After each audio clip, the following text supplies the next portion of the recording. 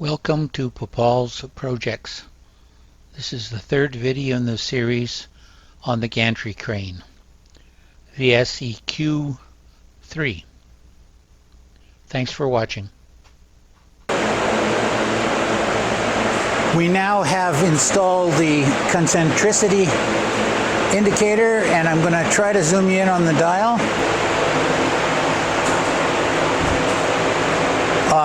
Place the indicator down in this hole.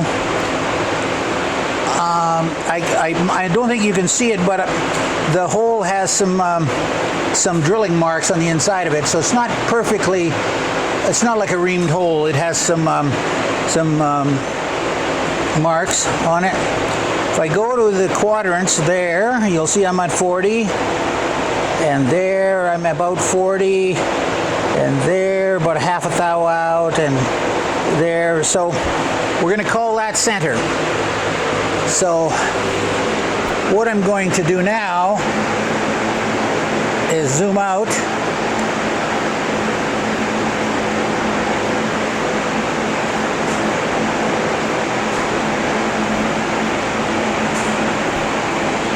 And I don't know if you can see it, but the DRO is out about 43 thousandths on the x-axis.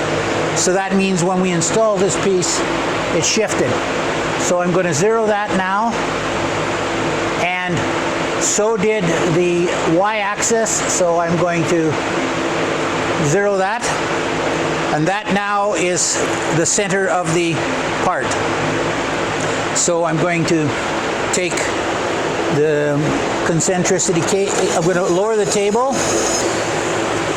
Okay, and we're going to take out the concentricity indicator, and I'm going to put it over out of the way.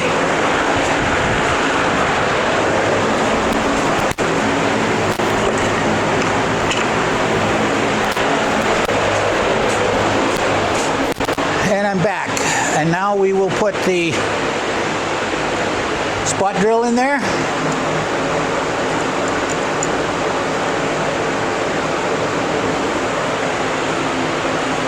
Put this back into high gear. That's low gear. Okay, so now what we're going to do is bring the table up.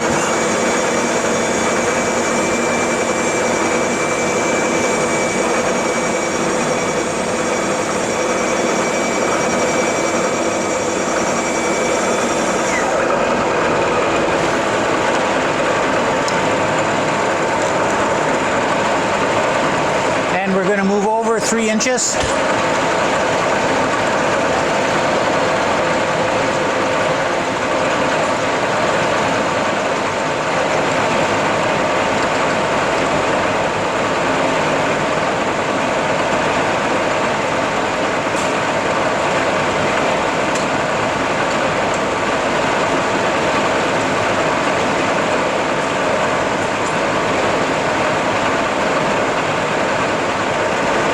We're going to lock the table.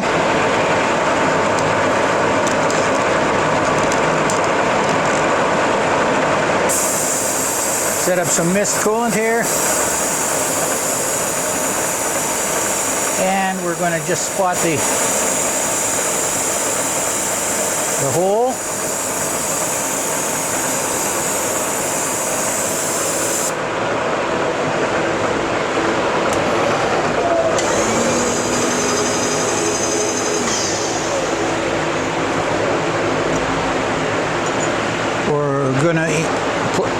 Going to place the letter C drill into the chuck.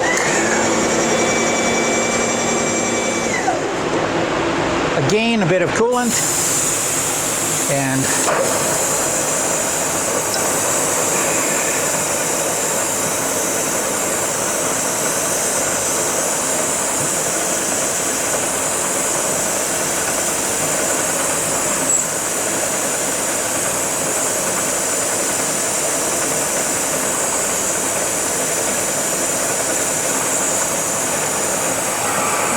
Okay, turn that off. I'll turn off the coolant for a second.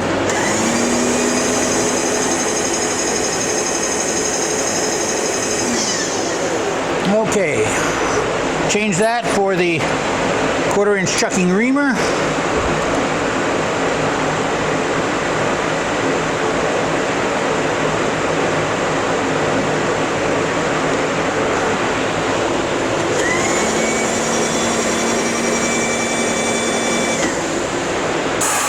Coolant again.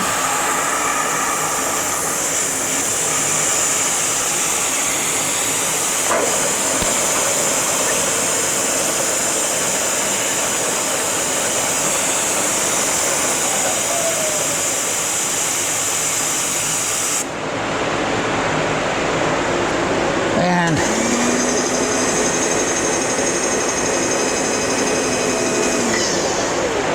so that finishes the second of the 2 parts. They're now completely finished. I'll bring you back in a minute when I show you how the shaft goes in.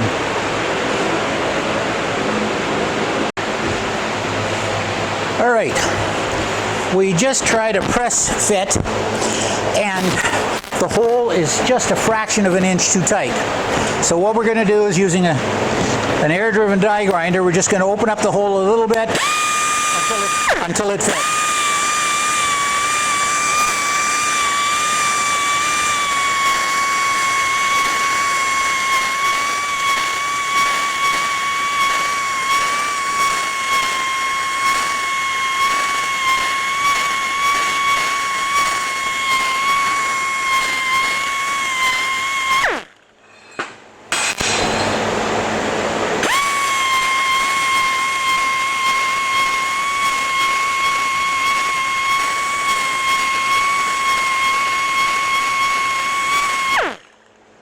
Let's try that.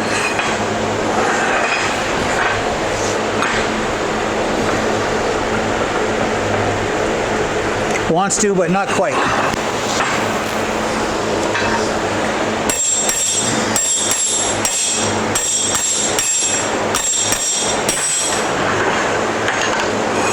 Probably should have had a bigger hammer.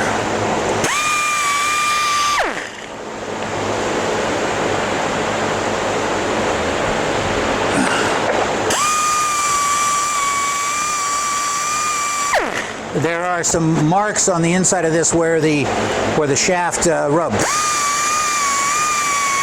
So I take those out.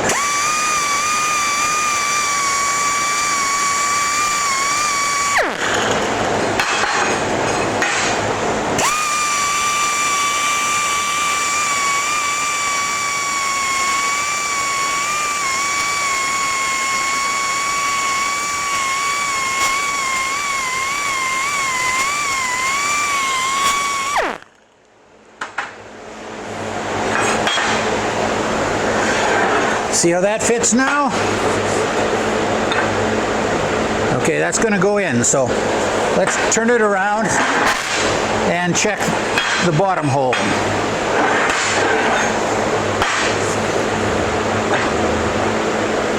Okay. That needs a little rubbing, cleaning up too.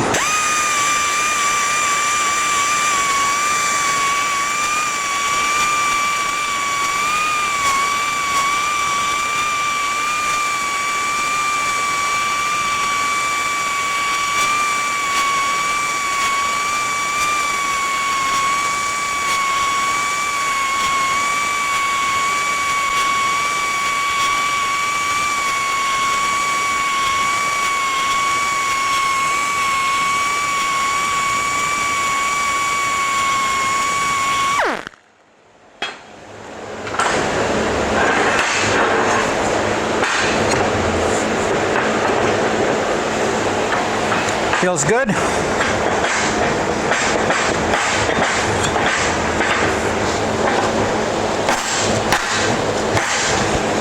Too good.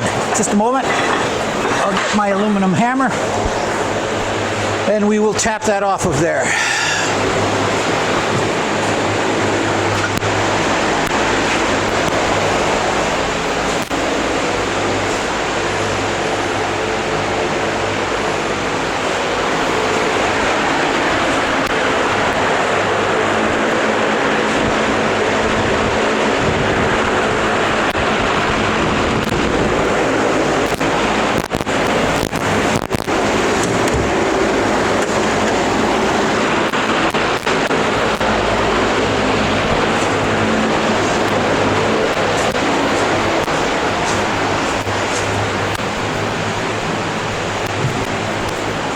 have a dead blow here instead, so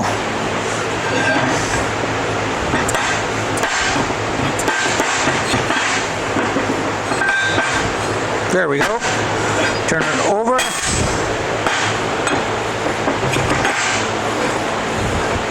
Okay. This is going to sit. This is the top of the A-frame.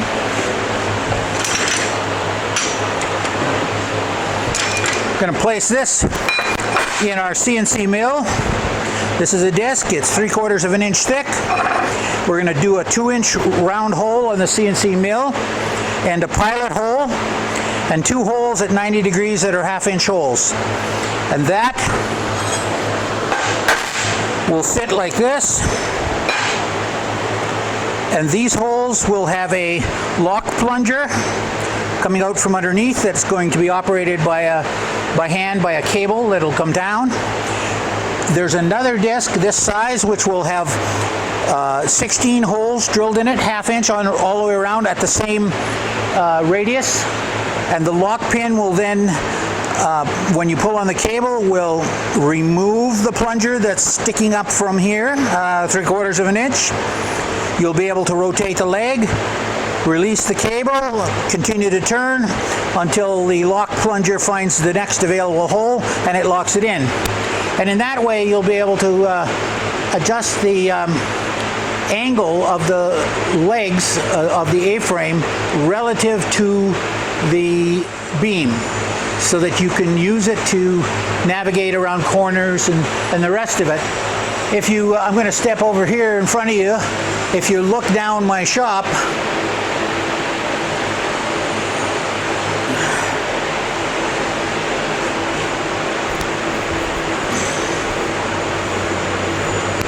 towards the back, I have a long, skinny shop. It's 50 feet long, 25 feet wide, and that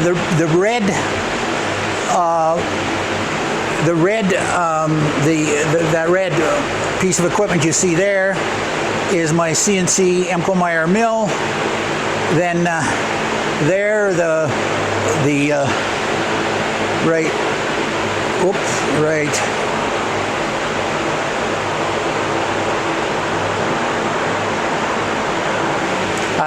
there's the mid frame is the Haas VF2 mill.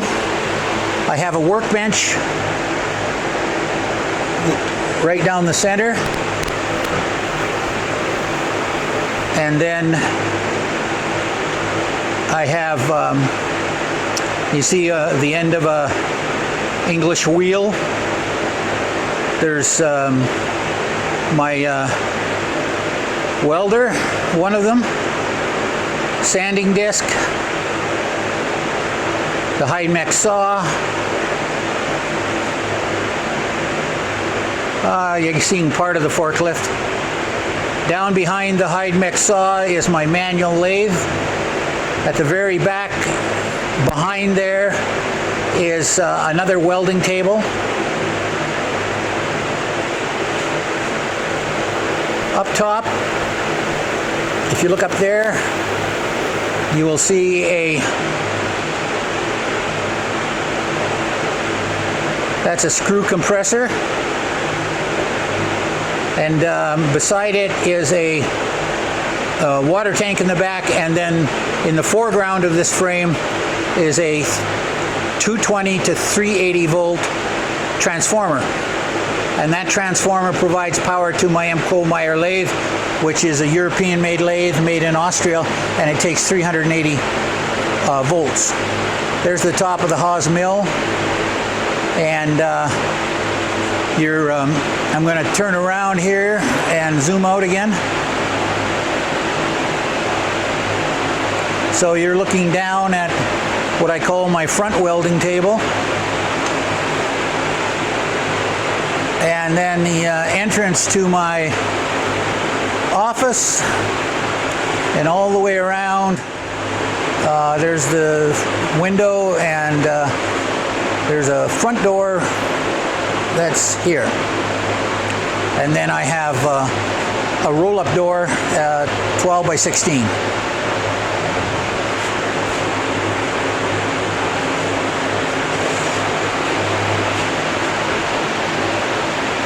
In the background, over here on this side, you'll see an unusual sort of frame arrangement that's unpainted metal.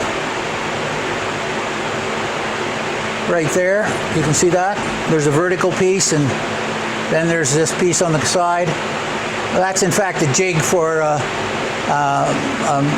amateur-built airplane that I'm working on. Okay, so we're going to call that it for today. We're successful. I've got one more of these to clean up the hole to accommodate the as I say, I got one more of these upper A-frame pieces to clean up to accommodate the thread, the shaft, and when I get that done, I'm going to pack it in for the day. I should show you one more thing here on this.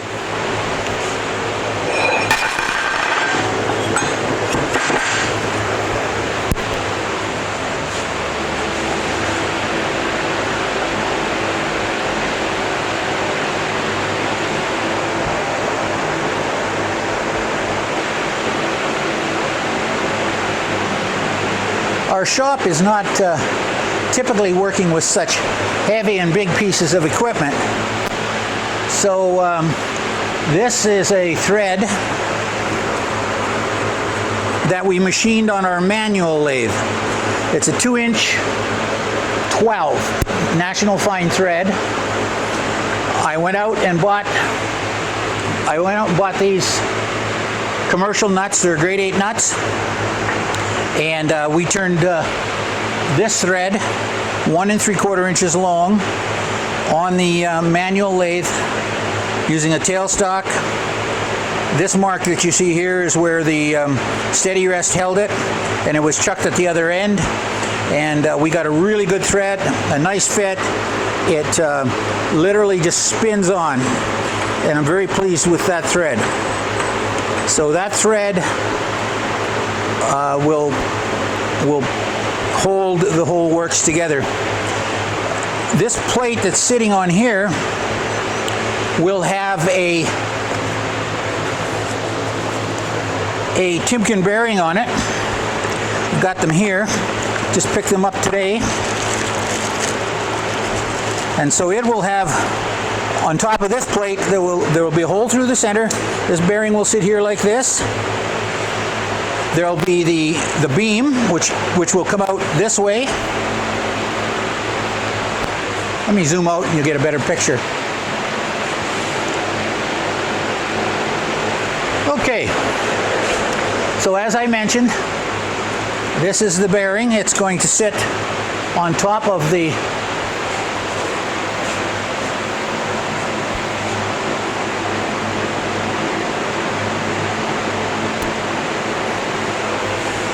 So this plate that we have here,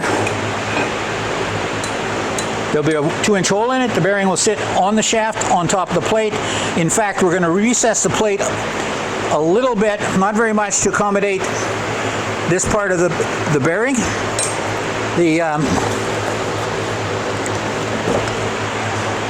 The beam will have another 8-inch diameter disc, which will be machined to accept this race. And it will sit on top of the bearing like that in the beam, and then the whole stack up will be duplicated on the top in reverse, and this nut will push against a large washer that will push against the top cone, and we'll be able to preload this on the beam, and this will become the rotational axis for the A-frame. We're doing this on both sides of the Gantry crane, and the base of the Gantry crane will have casters, 6-inch casters with a swivel attachment on it, so we'll have full control over moving the gantry crane whatever direction we want. Okay, so